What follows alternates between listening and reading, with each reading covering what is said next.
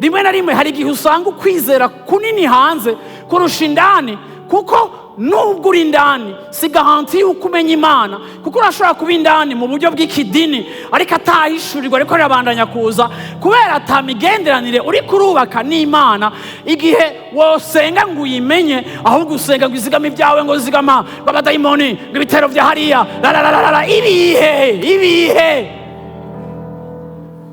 Wewe menyana nawe, menya ibwina, menya uburebure, menya ubwaguke. Abadayimoni n'abantu barekere abadayimoni, kuko bokipa place ntoya muri Nouveau Testament, ariko icokipa place niniya.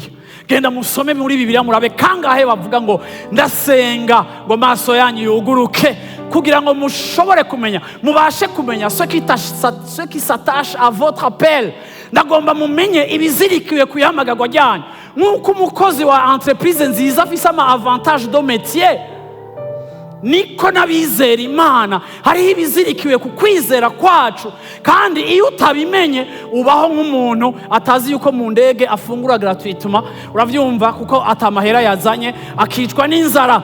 Ariko kandi uramenya ngo muri rya tike ryanje ndafungura, ariko kandi atavyuzi ntufungura. Barakubaza ngo mukino none ngo sava ngo shuze ngo shuze, ntavyuzi, uravyumva, ntuhaza ari kuri inyoha.